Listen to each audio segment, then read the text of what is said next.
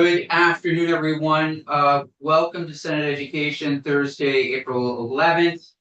Apologies, we had some housekeeping to do. And we are now on H874, an act relating to miscellaneous changes in education law. And we have Secretary Boucher with us. Apologies, Secretary Boucher. Secretary Boucher, do you have testimony that you want to direct our attention to, or you? I do, and it's hot off the press, and I apologize. It just got sent to Morgan a moment ago, and so I apologize. It is a little frantic in my neck of the woods today too, so my apologies on that. No problem.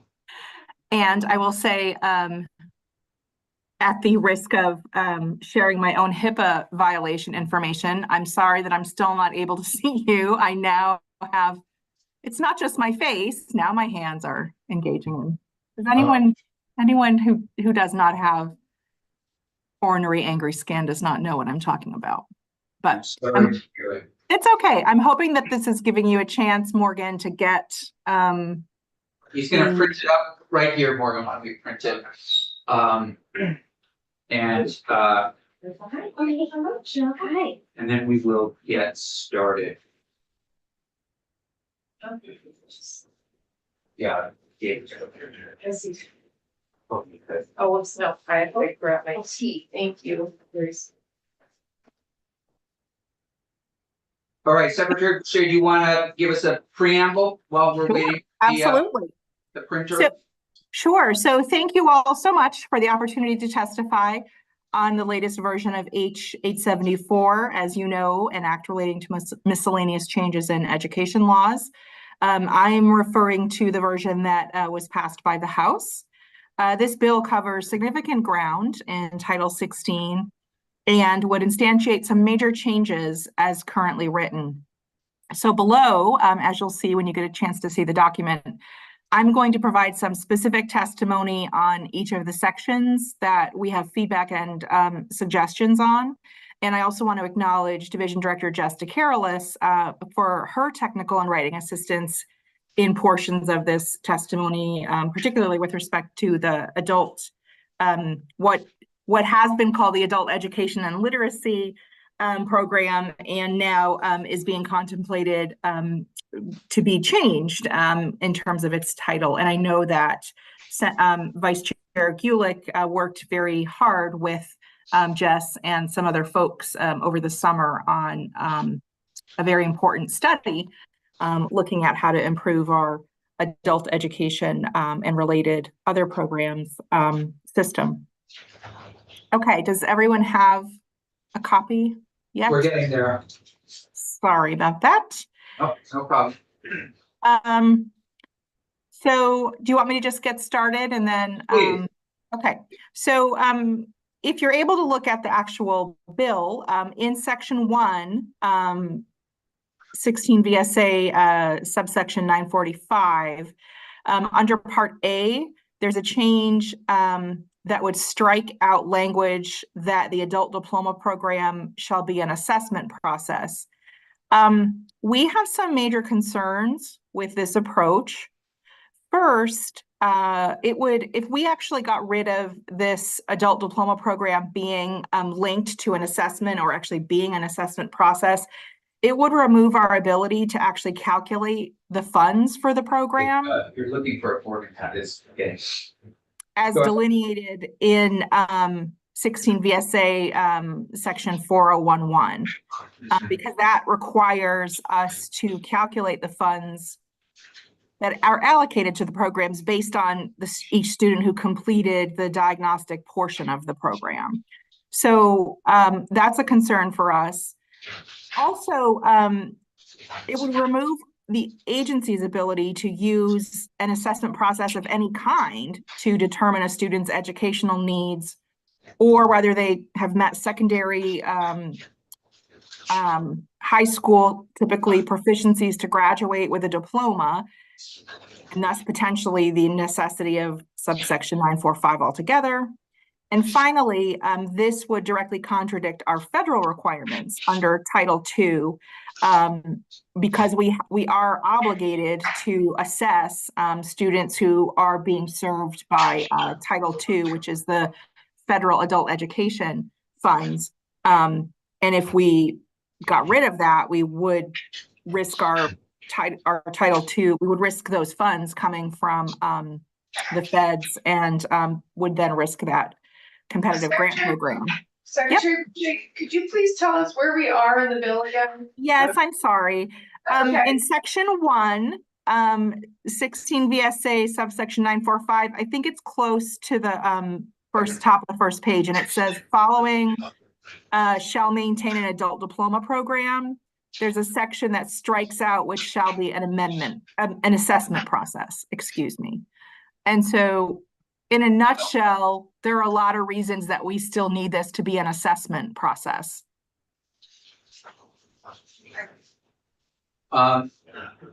Just 1 second, we're getting, we know you guys are under the gun over there.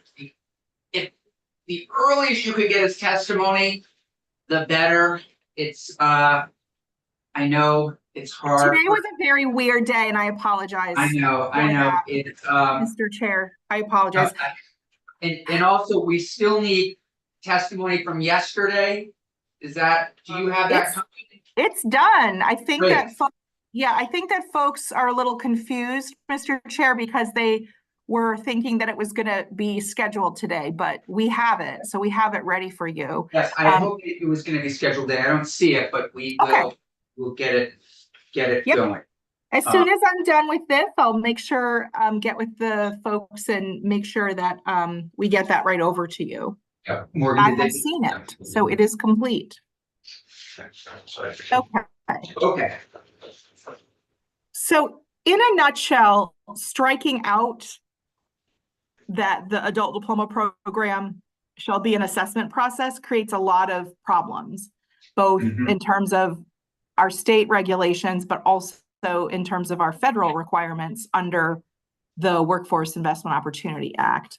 And I would also go ahead and say it's a little bit inconsistent with the way we run the rest of our education system, because all components of our education system have to have an assessment process. Whether it's K-12, whether it's CTE, they all have an assessment. So in yesterday's testimony, we heard that this assessment was, I believe, deterring people in some way from, I think I have it right, taking the next steps or something. There was something that, there was a concern that the adult agency, oh, let me see here. They expressed concern about it. And you're saying it needs to stay, the test of adult basic education needs to stay. Yes, and this has been a long-standing source of conversation, discussion with the field and the agency. It is the TABE. It's a test of adult basic education. It's used nationally. We have worked actually with the field to sort of, we've had some leniency in recent years to actually reduce the benchmarks that were required.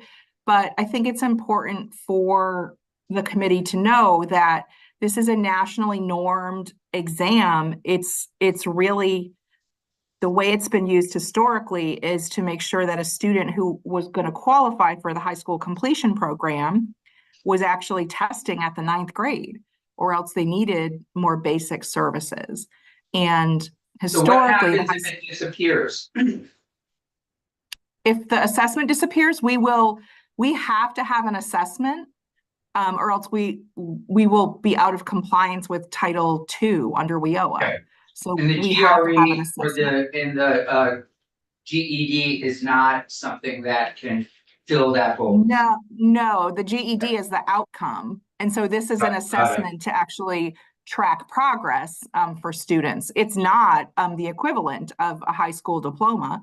It's, as I said, the equivalent, the TABE that we were using, the benchmark we were using for the high school completion program, which made a lot of sense to us, is that, you know, to go into the high school completion program, you should be testing at a 9th grade level. And then we pushed it back a little because the idea is if you're testing at a 6th grade level, you're not ready for high school. You need additional basic education services. So Secretary Boucher, in our response, is it safe to say to the Adult Education and Literacy Network, we're out of compliance, it would in some way jeopardize what, financing, federal support, what does it jeopardize? The actual funds.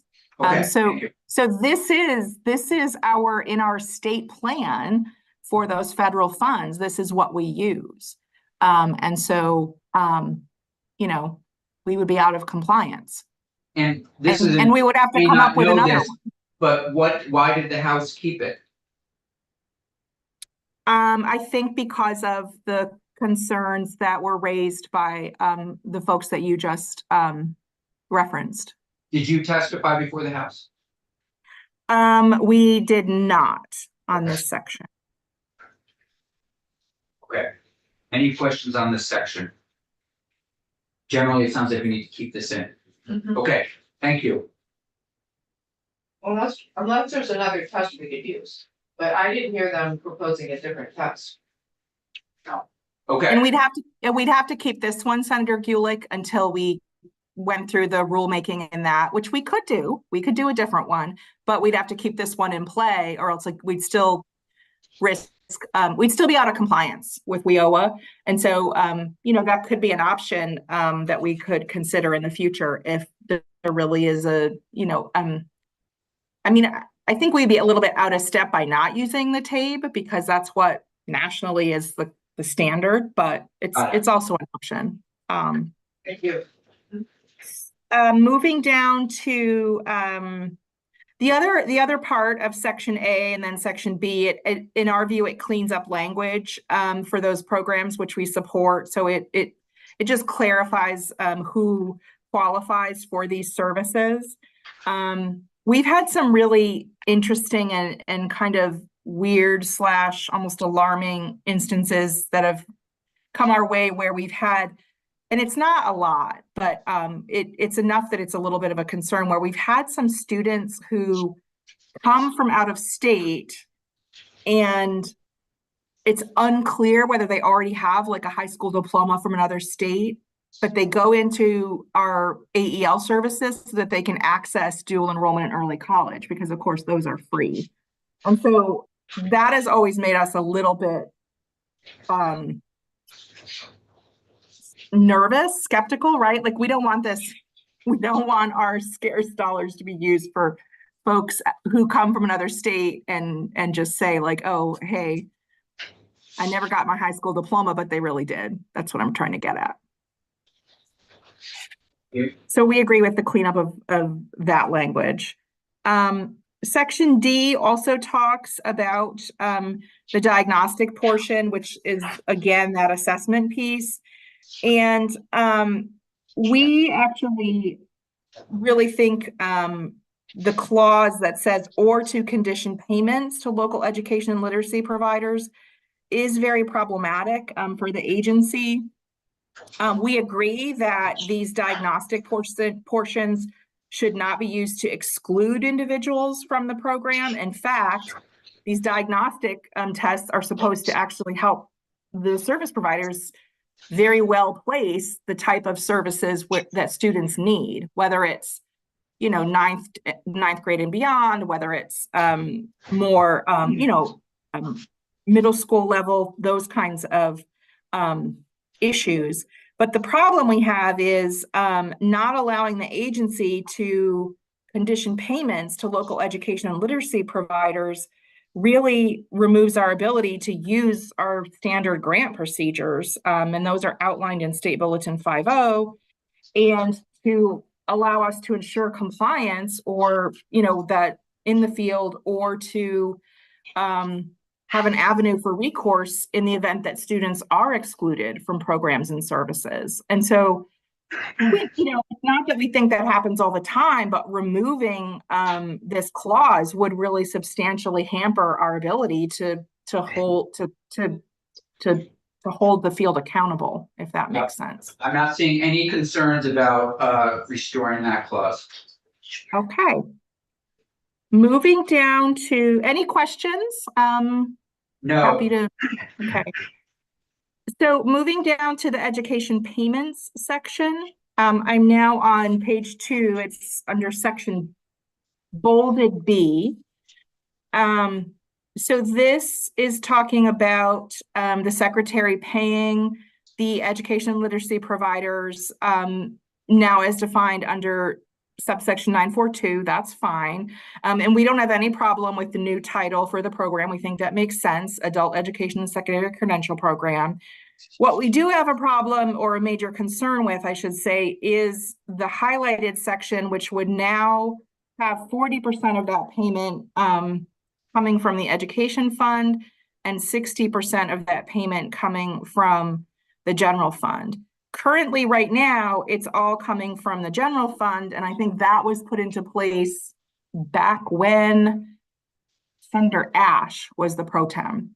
And before that, there had been a lot of year-to-year, quite honestly, destabilization and angst for the field because it seemed that the funding stream was always kind of moving around. And so we actually are concerned if we're putting this back into the ed fund. Number one, we're back into that problem that we've had. And sorry, my view went a little bit different. Sorry. So we are back into the problem with these are not LEAs. So these are not, they don't meet the, we talked about this a lot during the after school debate. And so these are not LEAs. They, there's a question, we'd be back to that same question of are they allowed to have direct payments from the ed fund? And we would argue no. yeah, I heard about that.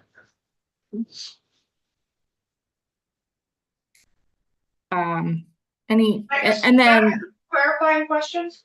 Please. sure. Secretary Boucher, you advocating for 100% of the money to come from general fund instead of ed fund? Yes, that's the way that's the way it's been for several years now. So we want to maintain that. We're not supportive of a change at this point. Okay, thank you. Yep. What do people feel about, how do people feel about that? I mean, keeping with general fund, I think. I would support that, and I think you're putting it on the ed fund, yeah. number of constituents who are asking often to stop taking funds from the general fund. Yeah, okay. No, play devil's advocate. You want it? Education. Why is it different? Why is it? Well, it's not going to LEAs though. Right, that's from kids. No, it's going to adults. Or your competition. Most of them are, we heard the testimony that most of them are, it's over 25. Like the vast majority. So education. They start at age 16. Right. Right, but we heard the majority of them are much older than that. Yeah, we're switching back now. And this is what I talked about a little bit yesterday where, for a while there, we had a lot of 16 to 22-year-olds. And it's because a lot of students were leaving high school and going to the adult education programs. Now, again, as we've seen the success of the flexible pathways, I think it's becoming more and potentially will even look even more like sort of the traditional way which we think of an adult education program. So older folks that didn't complete high school that need some assistance with literacy, those kinds of backgrounds. I think more of a general comment, or suggestion that it could be, and I know we heard from Julie Richter yesterday. I mean, my focus is on the property tax situation. Yeah. But I'm curious how it would weigh out if it were to all come from the general fund compared to the education fund and how that affects proper revenue and tax. It would be the same. It's all in the gen fund right now, Senator Hashim. Right, but if we change it and it's coming out of the ed fund, that would, I imagine that would have an impact on it and change things. On the ed fund, Yes. yeah. Yes, and we would need some special provision of how to get these funds directly to them because of the poison pill issue with the ed fund, because they are not legally local education agencies. Okay, please continue and we'll keep, yeah. Sure. Oh, I think part of, just to clarify, I think part of the confusion might be too that we're in agreement. This bill actually repeals the high school completion program. And that used to be funded through the LEA because the agency was paying on behalf of the high schools. So there was never an issue with the education fund because the funds were actually going to the high schools. The agency was on behalf of the high schools. So the issue is now, if we're not going to have the high school completion program, which we would argue, again, for the same reason that we don't need that program anymore because of what's happening in terms of how the services are being provided, flexible pathways having been successful. I think that's where some of this notion of I wonder if that's where some of this piece about some should come from ed fund and some should come from gen fund. But we would have to come back and ask the legislature to do something different so that it would allow us to, notwithstanding that would allow us to get those funds to the directly to the adult education programs. Sorry, I just remembered that. Okay, I realize that both C and D say the same thing, and I apologize for that. Yeah. But this would actually, give a much bigger appropriation out of the ed fund to the adult education and literacy providers. This is still part of the piece that I mentioned yesterday where we're still, and we do have this mapped out in the side-by-side for you, but it's a really tricky way how this 2.5 mil has been calculated. So what our way to make sense of this is that we propose that the repealed high school completion amount, because we agree with the repeal of that program, which is in this bill, be returned to the education fund, particularly given the crisis that we have right now. Our argument would be that we don't need it. We're repealing that program. So I think partly what might be happening is that amount plus others is actually being put into the education fund after listening to the adult education and literacy lobbyists or folks that have come to talk with you. I'm sorry, I was passed a note.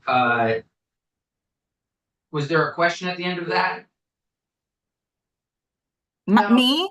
Yes. No, I was more saying I think this is what's going on, but it's a little unclear to us still. But our recommendation would be, because we're repealing high school completion program, Oh, yes. that we just revert those funds back into the ed fund. 1.9. The 1.9. Okay. Yeah, Okay. but I don't know where the rest of the 2.5 comes from. That's the part that we're still working through. I believe our team has worked it through. I just haven't seen it, but it's in the side-by-side document that you requested. Okay.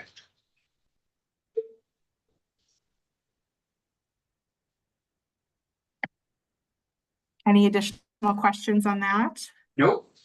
Okay. So the next section is the community schools section and funding of community schools. Here as well, we're still trying to decipher what the funding mechanism is for this section.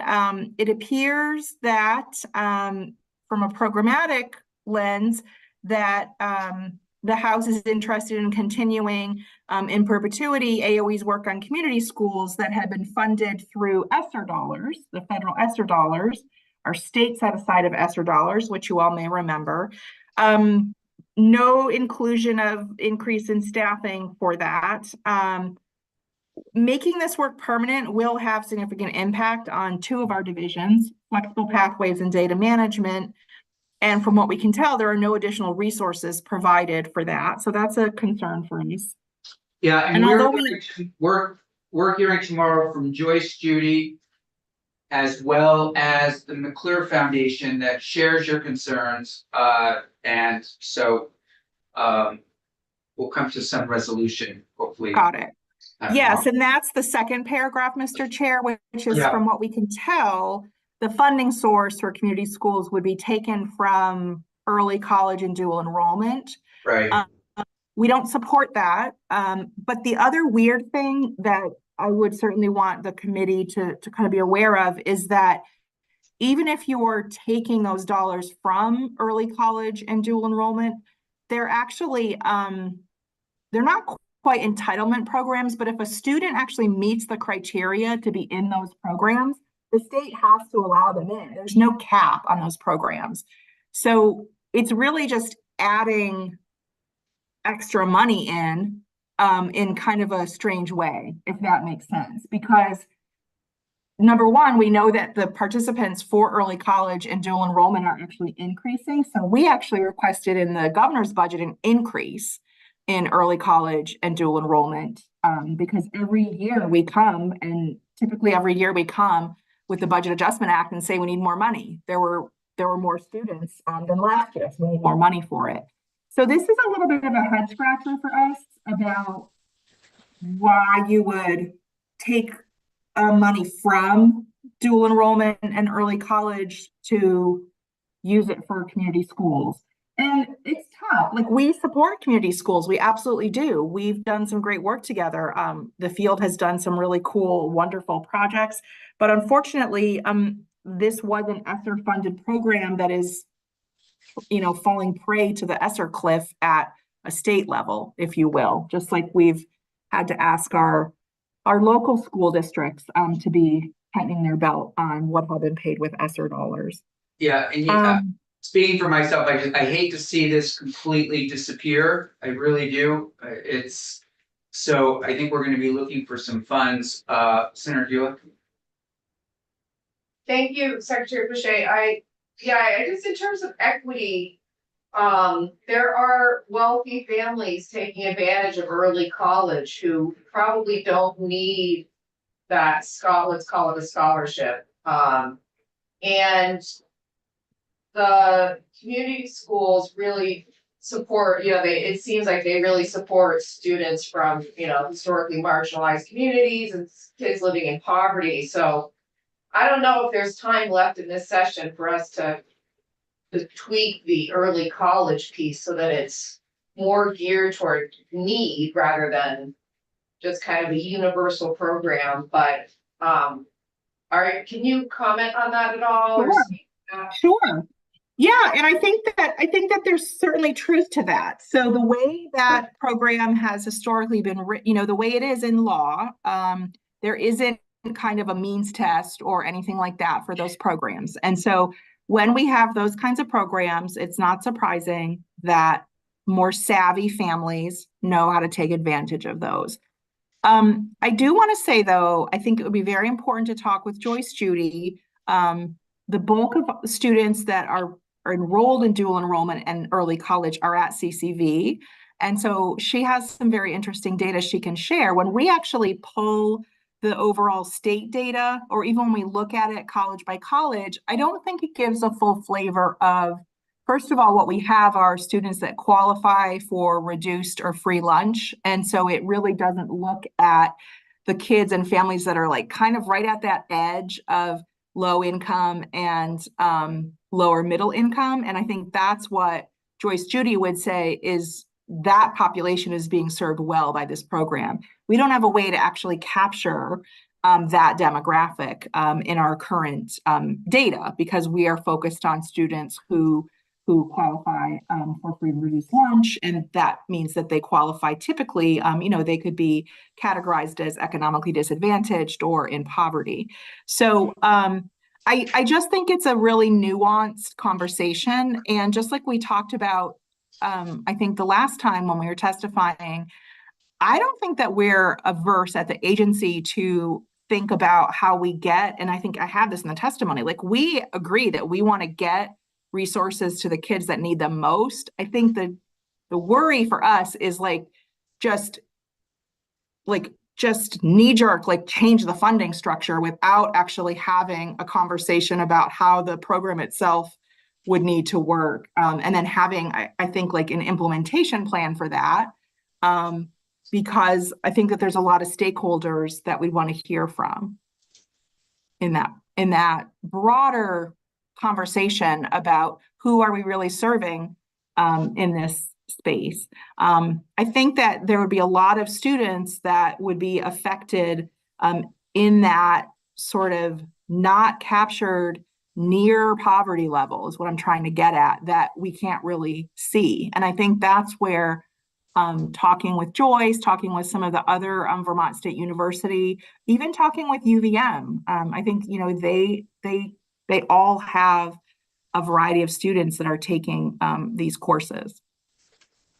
Yeah, I UVM, think your point's a good one.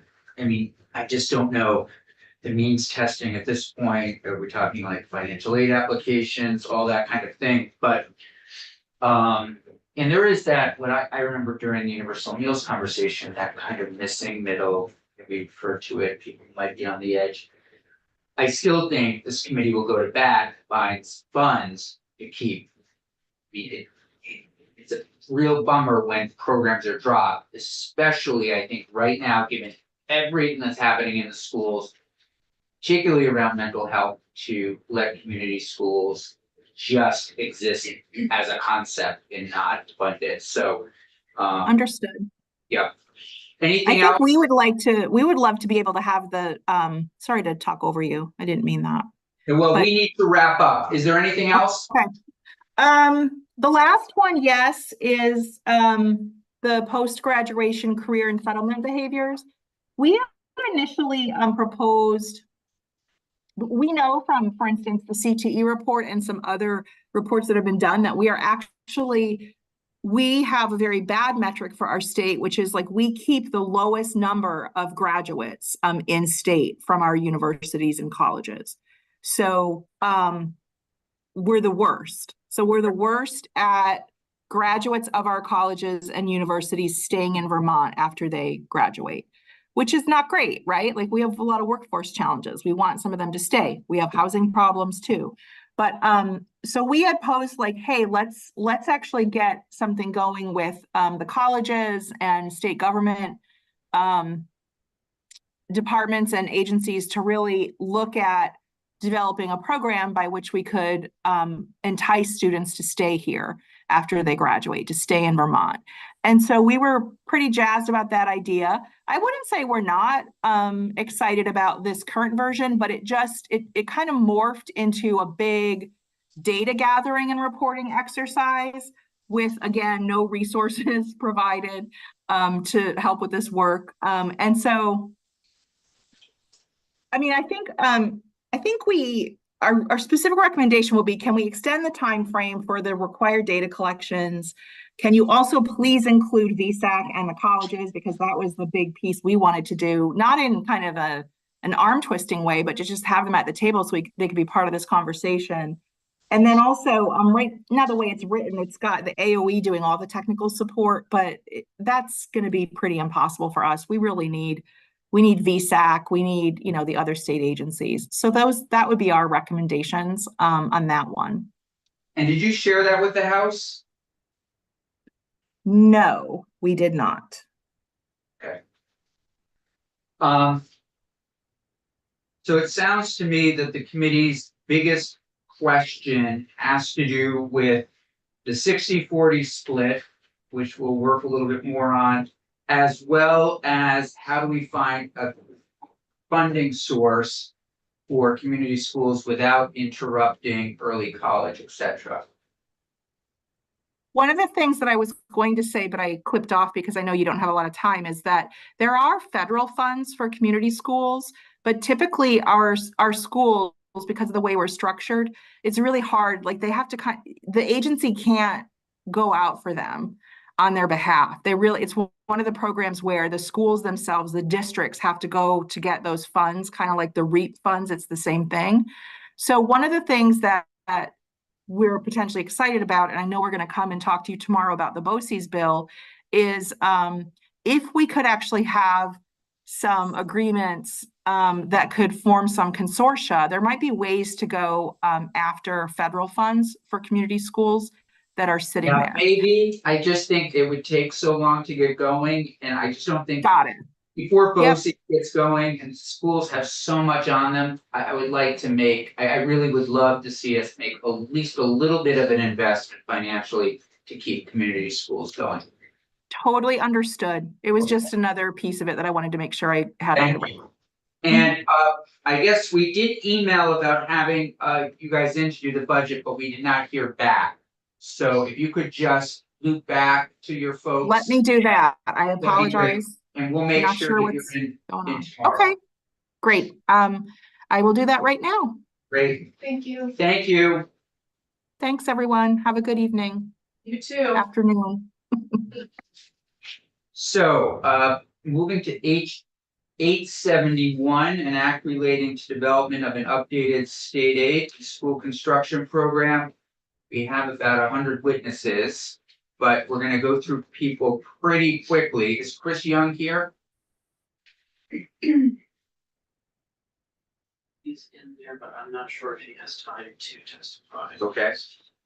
Rebecca Lalonde? I'm Chris Young is here. Oh, Chris, great. Chris, I'm just looking, I don't see any written testimony. Do you have something that you want to share with us? Either support of H871 as written or concerns? I would love to support the bill. Great. Yeah. If you want to end your testimony there, it's fine with us. That's good. Yeah, it's okay. I would just tell you a couple experiences that I've had with school construction at some of the schools I've worked at, and then maybe a request to the committee to consider. And Chris, I don't mean to do this to you, but you have about 5 minutes only because we are a little behind and we're getting close to the end of session. I can do it in 4.5. Beautiful. Okay. So should I just dive in? Yes. My name is Chris Young. I'm currently the principal at North Country Union High School, and I served on the school construction task force that helped to bring this bill to the House and eventually to you folks. Was thrilled to see it. I just wanted to sort of recap some of my experiences. The first was at Craftsbury. I think I might have the record for the most being the principal with the most bond votes in the state at this point. Craftsbury's project took, I think, 7 or 8 bond votes to pass, and there was absolutely no discussion about whether it was necessary. It was whether it could be afforded, and ultimately the town decided to renovate the gym. And I can tell you, there were days prior to that where I'd be on the Craftsbury Common with a handheld anemometer, wondering if the wind was blowing too hard to hold a basketball game because it had snowed the night before. And so the community banded together and ultimately passed that bond vote, and the locals got together. They harvested the maple locally. Local folks put the hardwood floor into the gym. It's an absolutely beautiful gymnasium, and the result was amazing. Fast forward to Troy, where as a principal after Craftsbury at 8 years, I was in the principal at Troy for 9. And at Troy, this was at a time when there was a moratorium on state aid. The town did recognize that there was a need to update our systems to provide a more energy efficient envelope, as well as a new boiler system. That took 2 or 3 bond votes. Again, there was no question of whether or not it was necessary, it was just whether it could be afforded. And the town ultimately passed it with no expectation of state support. One of the things that sticks out to me from that experience is that our local tech center helped put the siding on because we had to take siding out of the project in order to get it to pass. So our local contractor, Spates Construction, worked with the tech center and we ultimately got it done. Again, fast forward to my time at North Country, and before we had PCBs in our lives, I would hope that you would walk through North Country and say what a beautiful campus it is. We're overlooking Lake Mount from Magog, but wow, what an out-of-date educational facility it is. We don't have enough outlets in our classrooms to support one-to-one computing. We don't have systems that are able to, that are at the end of their useful lives, and in many cases beyond that, particularly the electrical and plumbing. And so we were about ready to pull the trigger on going to the town, again, with no expectation of state aid. And then we learned that we were going to have to test for PCBs, and we've been doing nothing since that time but abating them and trying to deal with that. So I am very much in support of the state taking a more active role in planning for facilities. I think if we leave it up to local communities and hope that we have the trust of the community in the administration or in the school board, or maybe we're lucky and we have a general contractor on the school board who can really push through a building committee, I think we're really leaving it up to chance that we are not able to address our infrastructure needs. And so I very much support this bill, and I hope that you're able to really put some time and effort into funding it equitably across the state. My only hope is, or I guess my only question for you to maybe consider is the timeline. As I understand it, there's a working group that will begin work by this summer, and then will continue their work in preparation for the 25 legislative session. In the world of school construction, that means that building cannot start until 26. And as I understand it, based on our previous work, every large project is going to be between 2 and 3 years to complete. So even in the best of situations, if North Country were to pass a bond, have state aid, and get a project done, we're not going to inhabit any renovation or new facility until 28 at the earliest, and potentially 29 or later. Great. Mr. Young, two things. First, were you the principal of Craftsbury when my cousins Kayla and Megan Pennick were there? Absolutely. Great I kids. thought so. Yeah, thank you for all your work with them. So congratulations there. And then Senator Gulick was kind enough to remind us of your award, incredible award. So congratulations on that. And we're so glad you're in Vermont and doing all that you're doing. Well, I appreciate the opportunity. I tell folks the Advocacy Award is really an award for being a pain in the butt. So here I am doing that here for you folks, and happy to continue doing that. Well, thank you. We do appreciate that. And we also appreciate your work on the committee this summer. So thank you. All right. Thank you. And I need to sign off. Thanks for hearing me. Yes. Thanks. Thank you. Rebecca.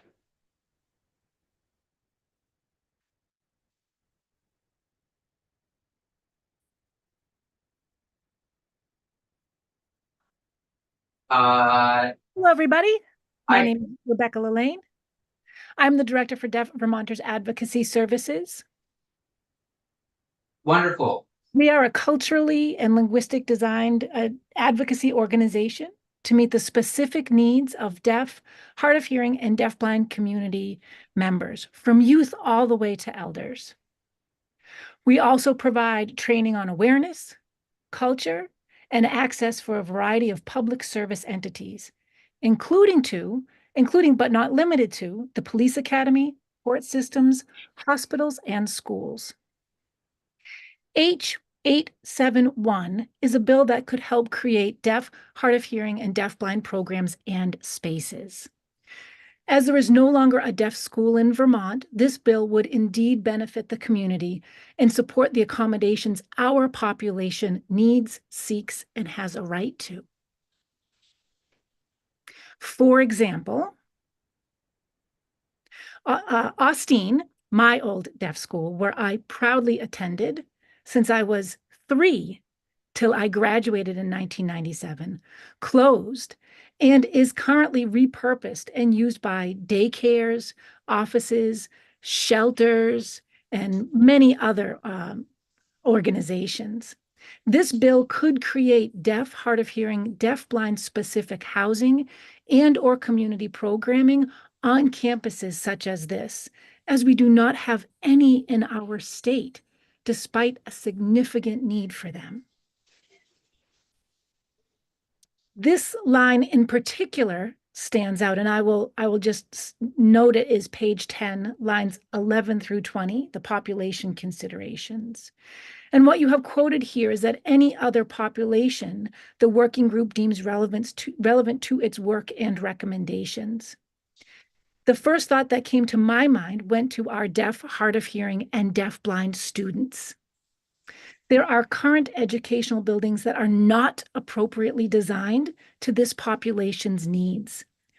We have unique visual and kinesthetic accommodations due to culture and language needs that need to be integrated into renovations, rebuilds, and new builds of schools.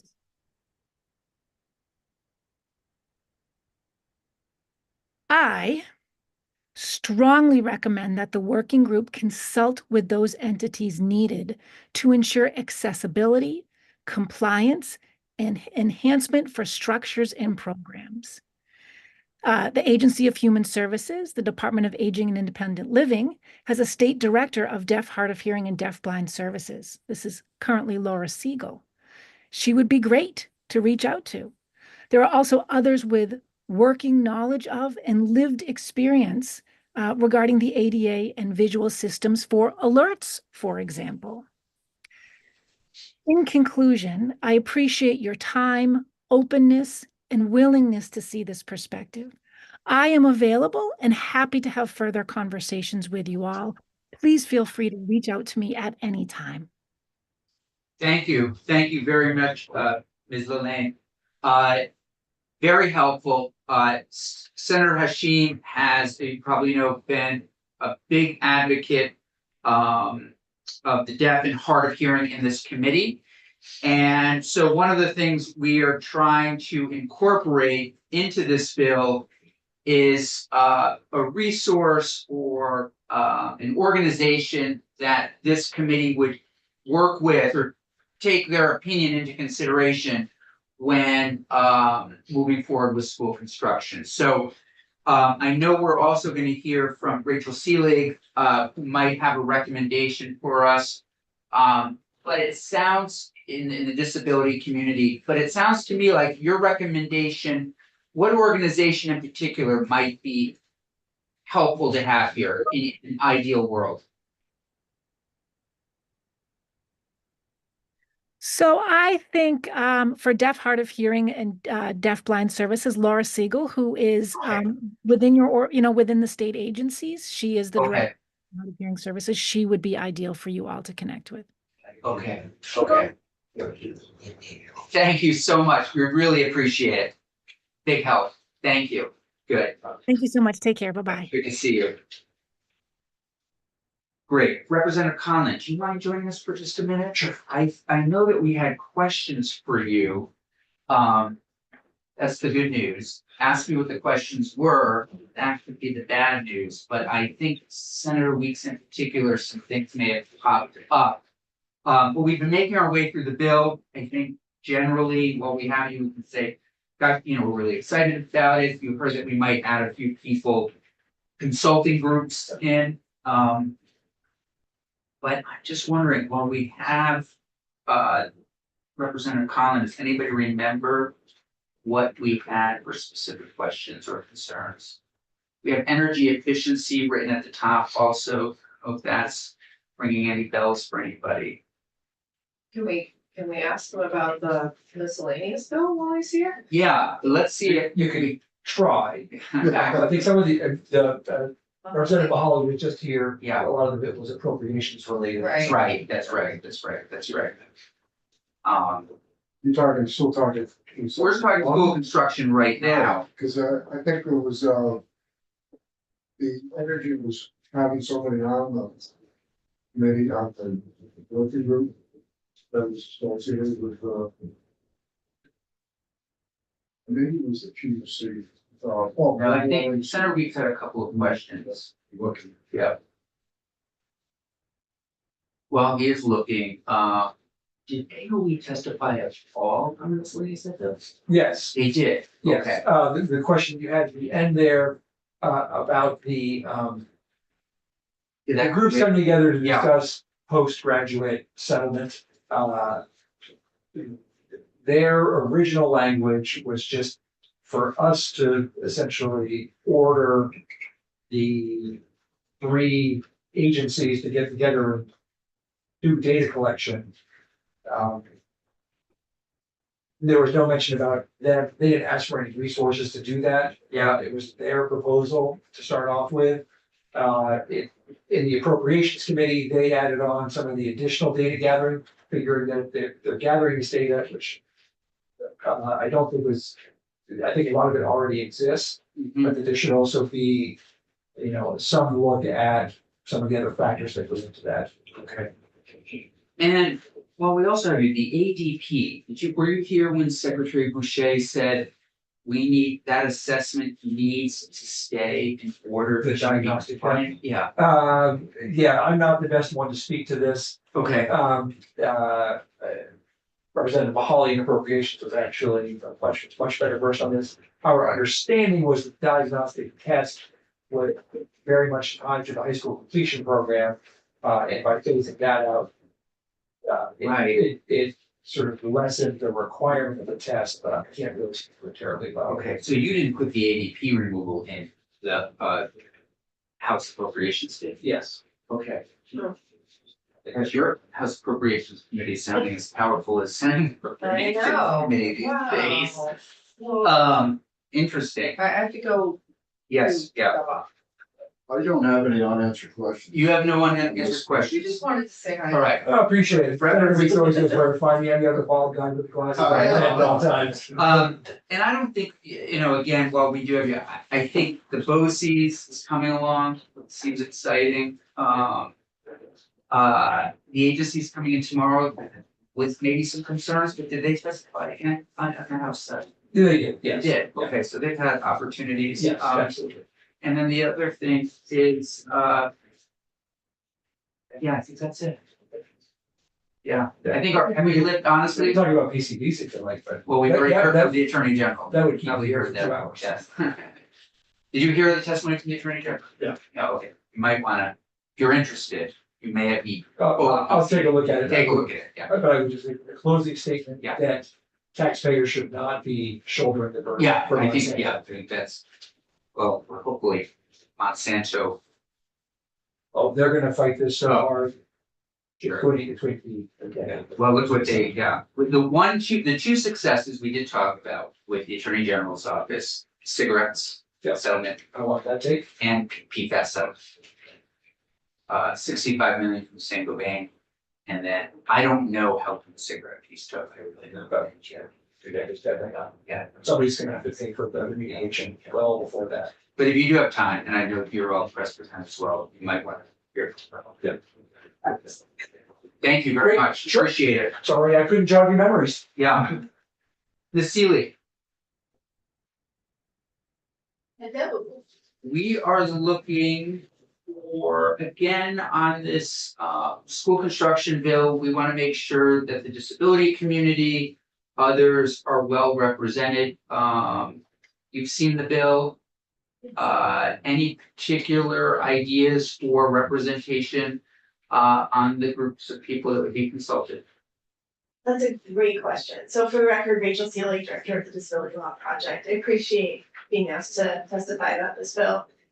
In terms of like specific consultants, I'm not sure I have a great kind of.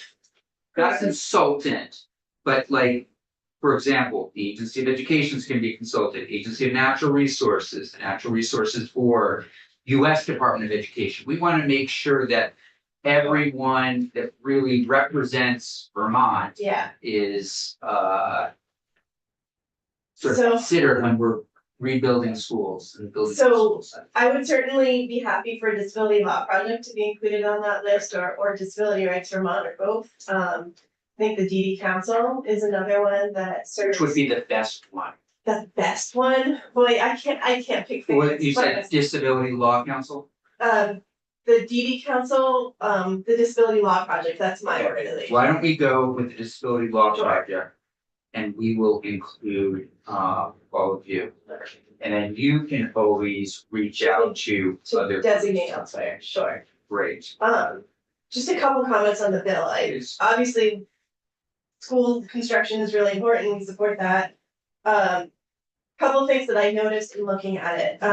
One is the support for this concept of regionalization. And I just want to exercise a little bit of caution there because of the IDA's least restrictive environment requirement.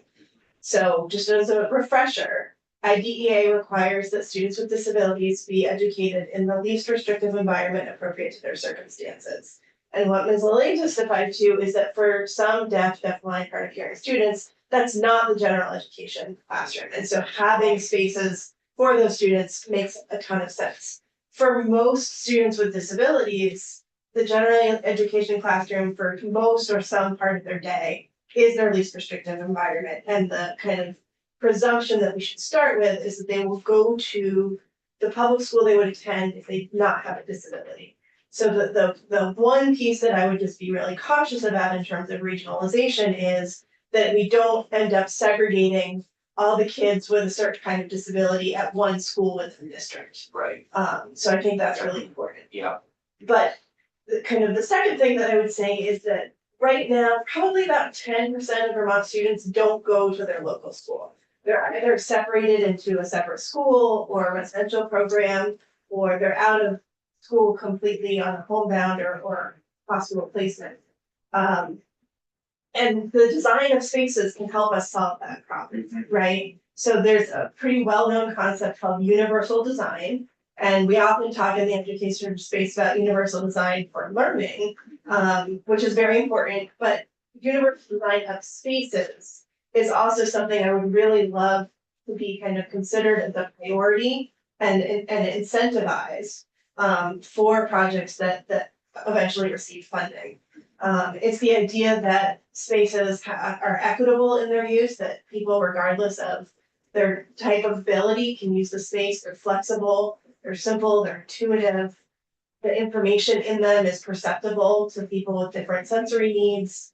There's a tolerance in the space for error and mistakes.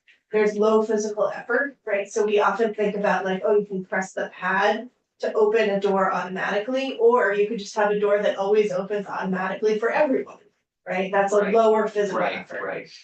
So all of those kinds of concepts in universal design in terms of physical space can help make our schools more inclusive. And a lot of our schools are quite old. And so they were built before the ADA was passed, and certainly before the 2010 standards for ADA in terms of building and construction were passed. And so they don't have to be compliant with those standards. And that can create accessibility issues in our schools. And so I think really understanding where are our schools at in terms of meeting those standards and prioritizing getting our schools not just up to those standards, but up to the concepts of universal design would be an incredible opportunity. That I'm not sure it makes a lot of sense to seek out on if we're gonna come back to funding school construction and getting our schools up to where they need to be. Yeah, and we've had some, thank you for that. We've had some consideration. I don't know if the bill actually references universal design. I didn't see it, which I know is why I thought Senator I would Hewlett mention it. has mentioned it, and we will talk to Ledge Council about it. Great, yeah. Okay. Anything else? I think that'll be it, especially Great. because I know that you guys have some other witnesses. Yeah, and could you help us out? It seemed like when we were talking about Laura Siegel, Yeah. you know her? Yes, How can we find her? you can email her because she is a state employee. Right, but where? She is within the Department of Disabilities, Aging and Independent Living. Okay, And if you would like me to send Morgan her email address, I am happy to do that. would you send Morgan that email? I will send Morgan that would be great. email. Thank you. Great. Okay. Yeah, I think you're up next. Okay. Ms. Briggs Campbell, Right. making our way. Any major concerns with H 871 as written? No, so the current draft of this bill is very much a natural extension of the work that was done in the Construction Aid Task Force report, which really laid out the roadmap for sort of the next round of work that needed to be done. So that's, I think, very clearly expressed. If you look at the bill and the working group task, it's actually very much modeled on the task force report. The bill is also the result of a very collaborative and thoughtful process that happened between Class Education and AOE and Legislative Council. So that was a really nice and happy collaboration there. It also included partners, industry experts, and our usual cast of characters, the VSA, the SBA, BPA. Yes. I do want to note something. The bill as drafted very carefully strikes a balance in both sections, the master planning grant and the working group, between specificity and laying out a roadmap of the questions to be considered. So one thing I would caution folks, I think this happens very naturally, that when people read the bill or they read the task force report, they get the impression that the questions have been answered. And I would say that's couldn't be further from the truth. Right. These are the questions. Yeah. And so I would caution adding too much more to it, because the questions that are outlined are the big questions that need to be answered so that you could move forward with the state construction aid program. Yeah. And if we add too much detail, you're almost boxing in that working group and requiring them to do all of those very specific things and not really allowing them the flexibility to explore issues as they arise. Great. So that's my cautionary note. I would also say that I know that folks are very interested in the eligibility criteria. Again, those are just criteria for consideration. But in terms of the master planning grant, during the construction task force, I would say that was actually something that had really broad consensus, is that before state construction aid dollars were potentially put into a project, what we want to have is a district level plan.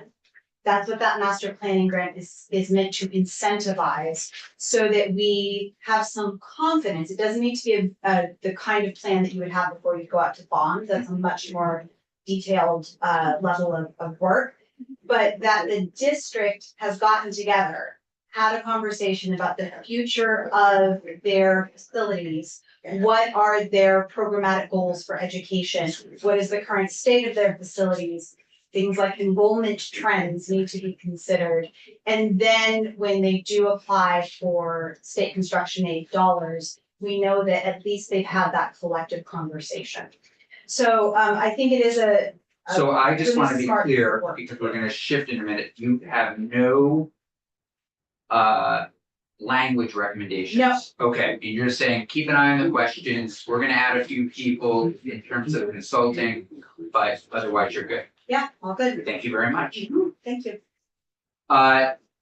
Gentlemen, we're gonna switch back to a topic. I'm wondering if Senator Westman might join us and I think, Representative Mahaly. Mahaly. We're in the middle of going through the budget. Got it. And slogging through. I've got 2 minutes. I'm happy to start with. Would you start with us and just tell us, If Mark could come up with. that'd be great. Yeah, that would be terrific. So I just want to switch back, senators, to the 60-40 split around adult education. And we have the architect of that plan, or architects of that plan before us. We're just, it's the question of, oh gosh, you know, it's gonna start on the ed fund, general fund. Can you tell us a little bit about the situation? So why don't I start and give you a little history before you go into. Mark, yeah, And thank I you. think Mark can, we've been working together. He's been carrying more of the weight than I have on this. That's what he said. Yeah.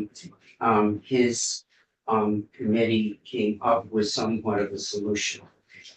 Going back to before last year. Over a period of some number of years, there's been a larger and larger shift within adult basic education where the general fund has been carrying more and more and more of the weight. I can't remember, was it 2016 or 17? They changed the testing. Later. Yeah, maybe 18. They changed the testing for students going into ABE on where they fit in the program, mostly to get a high school degree.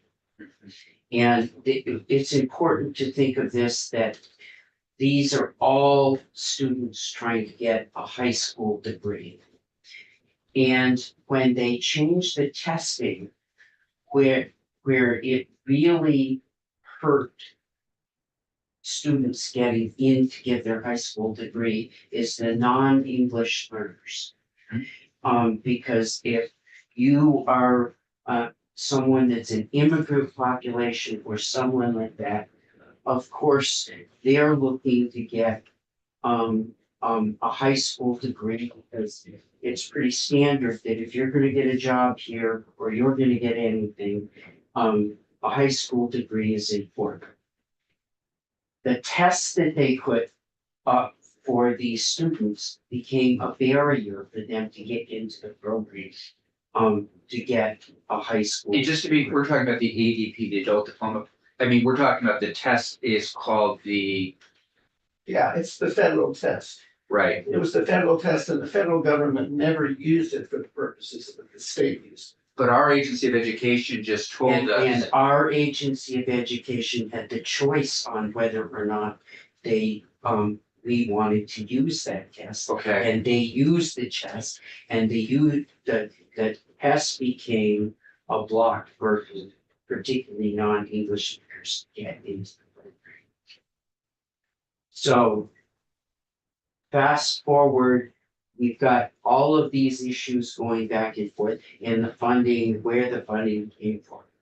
We put language for a study of the whole situation in the budget last year. I think that this Yeah, committee we was did, aware of that. yeah. They came back with recommendations. And at that point, when they came back with recommendations, a lot of it was policy type stuff. Mark can talk about this more articulate than I. And so fast forward to the budget adjustment this year, we had to put general fund in, keep them going. And balance it out. The issues here specifically lie with students trying to get a degree, a high school, a GED, or a degree for high school. And I think Mark can, so just before you go. When the agency says that we're gonna be out of compliance, you're feeling as though that's not, okay, so Mark, Not you're only fluid on that, that they as well. never said that until this minute. Until this They minute, said okay. quite the contrary during the summer study. Right, and, okay, thank you. so I'll let him start, Yeah. and then I think I might have 2 or 3 more minutes. Okay, So what happened is we realized basically what an attractive program this was. Yeah. Because these folks, about a third of them are what you think of as late teenagers, a third of them are in their twenties, early twenties, a third in the late twenties. And you know, they're just the people we worry about from an educational perspective, where we don't have continuation, where we have kids dropping out of school. These are people who got motivated somewhere along the line, a few years after dropping out. yeah, You know, maybe they got pregnant, whatever. They really got motivated and they decided, I'm gonna do this. And this program gets them a degree one way or the other for about $3,500 per. I mean, really, really effective. High graduation rates, high continuation rates, because of course they're ambitious. And what they do is they come into the program and they don't know what to do. They just want to get a high school diploma, and the program talks to them and they either go the GED route or they go the high school route. If particularly if they came from a high school year and they may want to get their degree from that high school years later. But if they didn't, maybe they'll go to GED. So what happened was this program was funded from three sources. What was called the High School Completion Program was funded by the Ed Fund. There was a base funding, which has been absolutely the same since 1992 of $3.5 billion from the general fund. And that was never enough. And so we were dropping in money ad hoc every year. And it was sort of a bastard funding program. I mean, you know, it was just really, so we decided that Senator Westman and I, we really have to rationalize the funding here. And the argument, so we put this summer study committee together and their recommendation was just forget the formality of the high school completion program with its weird, see this test, this federal test? Yeah. The feds use the test not for individuals. They use it because they use it as an evaluative thing for a program as a whole. And it was the state's decision, somewhat weirdly, to require this test in a very heavy way. That is, you had to do better on it than the feds required. They required this test to graduate and also to pay the providers. The providers couldn't get paid until the end, after years of working with students and they passed the test, then they got paid. This is a state invention. It was an AOE invention. In the summer study committee, they said, okay, let's drop it. Let's drop the test requirement. Let's drop the test as a payment requirement. You can use, they said to the providers, you guys can use the test as when they first come into the program to evaluate what their needs are. And that's exactly what we took the summer study committee's recommendations and put them into 874 and into the budget. And so that's, in other words, forget the testing. It's one program.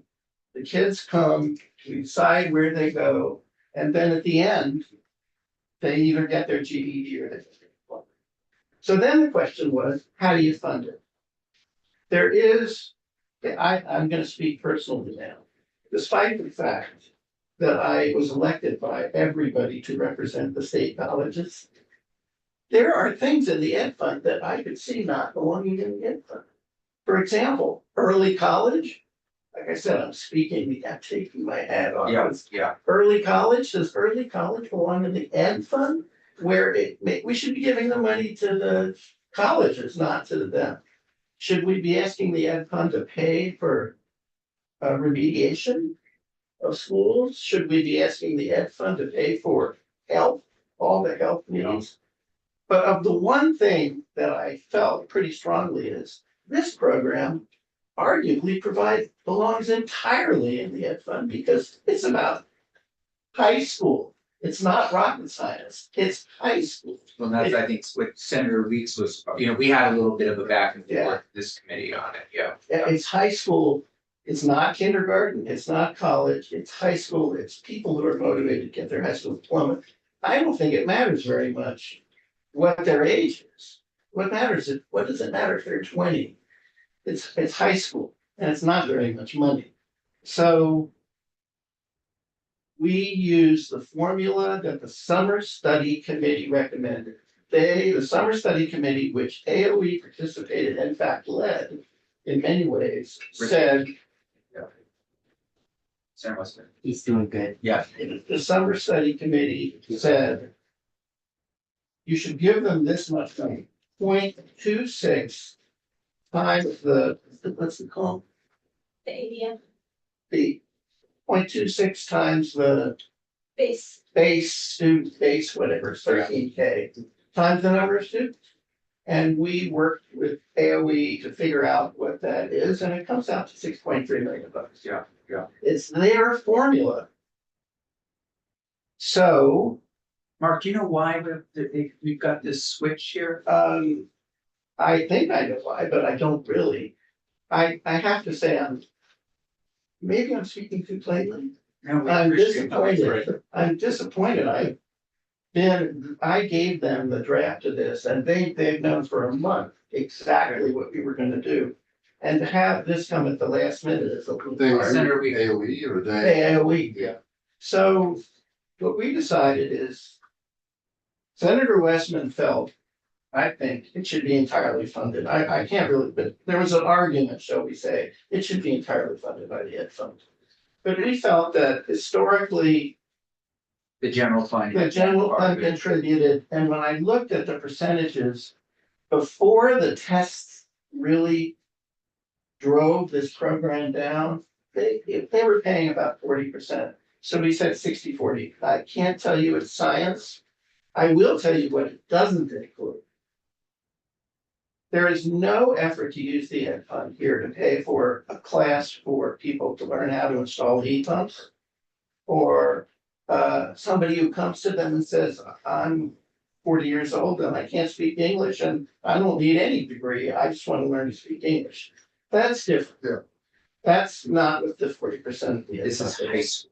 This is high school. Senator Weeks. We kind of deviated a little off track yesterday or the day before. We were talking about some CTE format, high school graduation, which I thought was kind of an unusual, not something I was really familiar with. I thought that CTE was potentially I do too. CTE. I Like, like, I think. Okay. I think CTE is, well, it's a program that I'm sure needs your attention because it's somewhat, but I think CTE is totally.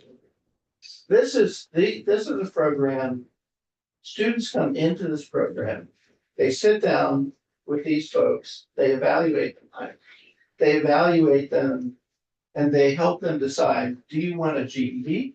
Or do you want your own high school diploma? And Mark, I just want to interrupt you. Senator Gulick, I just want to bring her up to speed a little bit. We're going back right now, to the 60-40 split. Yeah. And Representative Milhowie. Yeah, Thank you, I apologize. if Um, you're not the first. is talking to us about the genesis of the removing the test as well as that full 60-40 split. So it's been very helpful. You need to hear. I mean, the recap is, this is high school. Should be coming from the Ed Fund. There's the argument at one point, it should entirely come from the Ed Fund, but they decided to keep the 60-40 split because at one point it was, general fund was doing this. And also, when Senator Gulick, we worked with AOE and with the summer study committee at length. Of which she was on. Were you on the summer I study? was on the summer study. Okay, well, then you know perhaps more than I. But at no time, and I have informed, AOE has known about this, our proposal for a month. We've never heard anything that you've heard. But the test that was used, the use of it, the way the state used was entirely an invention of the Agency of Education. It has no relationship to federal law. The feds use the test as a way, if you choose to use it, and they use it more leniently than the state does, as a way of evaluating a whole program. They don't condition payment, they don't condition acceptance, they don't do any of that because of the test. Right. What they do, that was a decision of the state, and as part of the summer study committee, was to let that go. Well, we're getting competing tests. I know, and It's very odd. what I would recommend on that, I guess, is that you get, Do you want to speak? 'Cause you, I could, but. Okay, what? Yeah, Senator Gulick. no, I just Yeah. am getting confused. I'm Yeah. confused by, what I would recommend, one thing that might help you, Senator. Yeah. Is, the drafting, we did the drafting with the help of JFO and Beth St. James. And the issues that have been raised,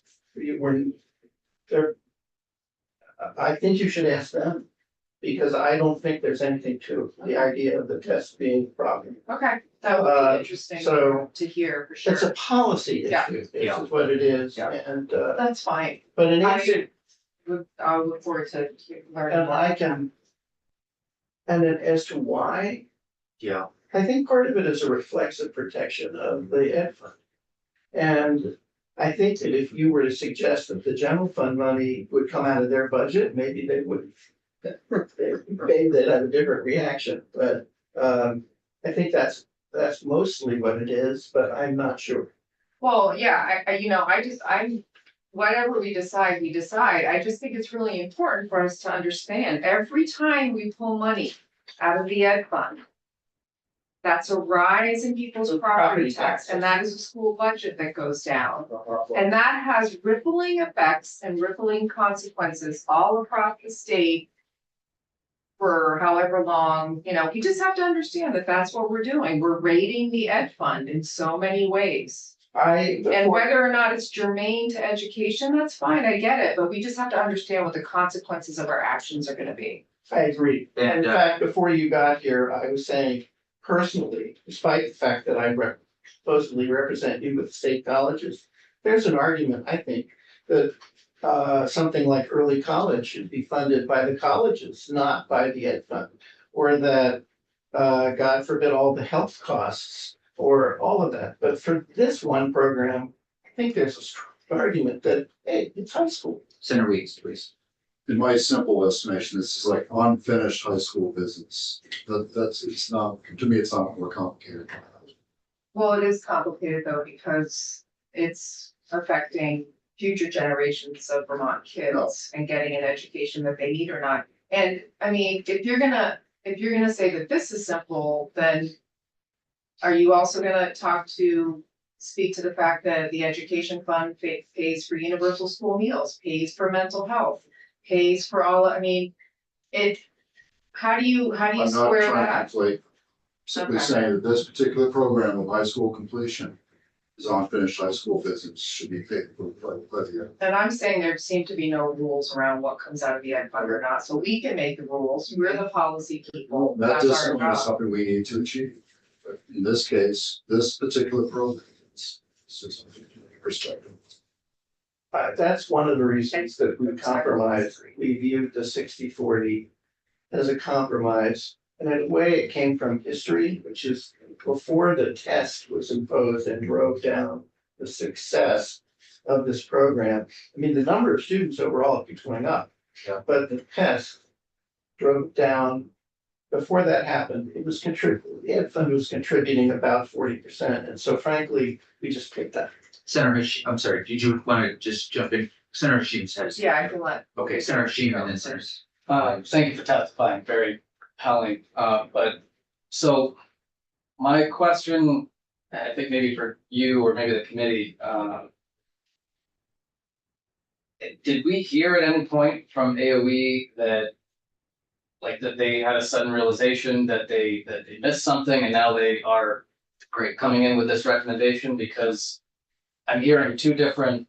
Yeah, it's a great question. And all we, yeah, go ahead. The really frustrating thing is, from what I've seen in multiple committees now, is coming in at the 11th hour with a pretty substantive change to something when that conversation didn't happen previously, or there was a different conversation that was happening previously. So, I mean, was there a sudden realization within the last week or two from AOE that they actually couldn't do what they were aware what was discussed in the summer committee? Did I miss that? No, I'm it's not asking facetious. yeah, it's a great question. It's a great point, and no, I don't know why they have changed their position. It does seem like it's a switch.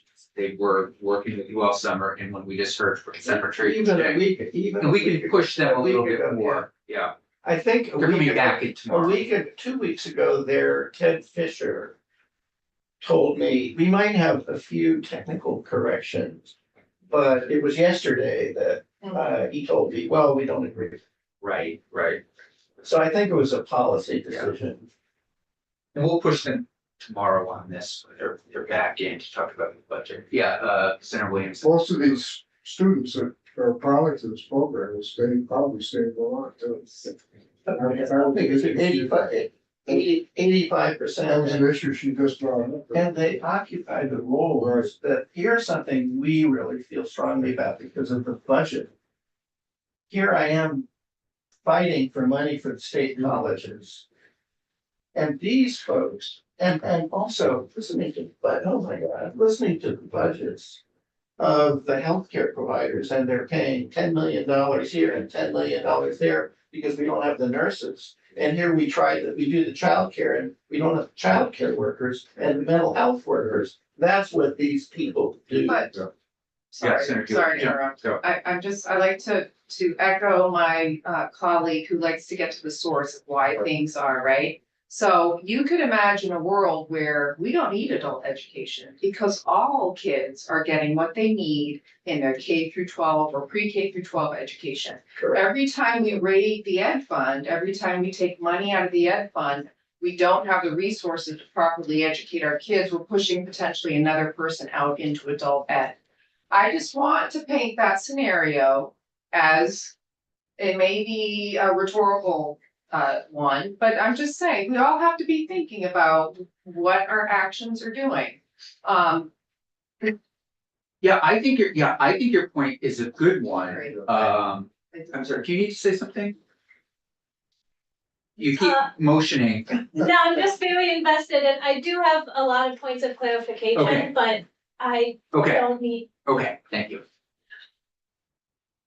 Anything else on this topic right now? I do think Senator Buell's points are a good one. If you're gonna take money away, you know, like, would those dollars have been there to pull that kid in closer so that they We didn't, have, I think we have to know the answer. The answer is some of them, yes. some of them, And yes. some of them, no. Sure. And it's, Well, you're gonna and get, it's gotten, the situation unfortunately hasn't gotten better. And I think I think that it's up to us, I mean, us Red Lord, both houses.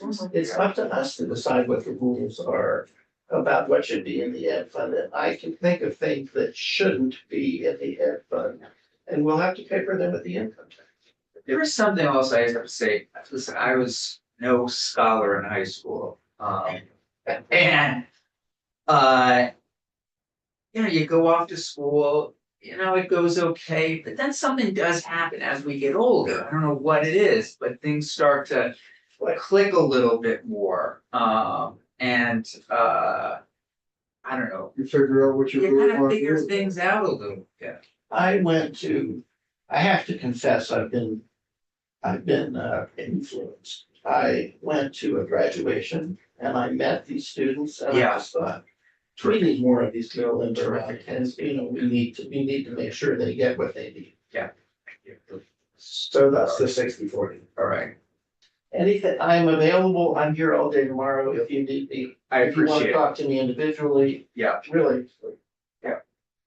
Nice to meet you. Yeah, I was, nice to meet I was you. the only guy that voted against you. Right, it was And really, and it was right. nothing, and it was nothing personal. No, I gotta talk to you. Yeah. I need to know more. Okay. Here it comes clean. I love it. You did that. I can do that in 10 minutes. Hilarious. All right. Actually, seriously, I gotta seek you out. Okay, Yeah. yep. You're nothing compared to what I'm some other nothing, people you're are right. saying about the college. Terrific. Thanks a million for Sure. coming down. Yeah, pleasure, Jesus, pleasure. Nice we're to- just gonna, can you give us 5 minutes? We just have been nonstop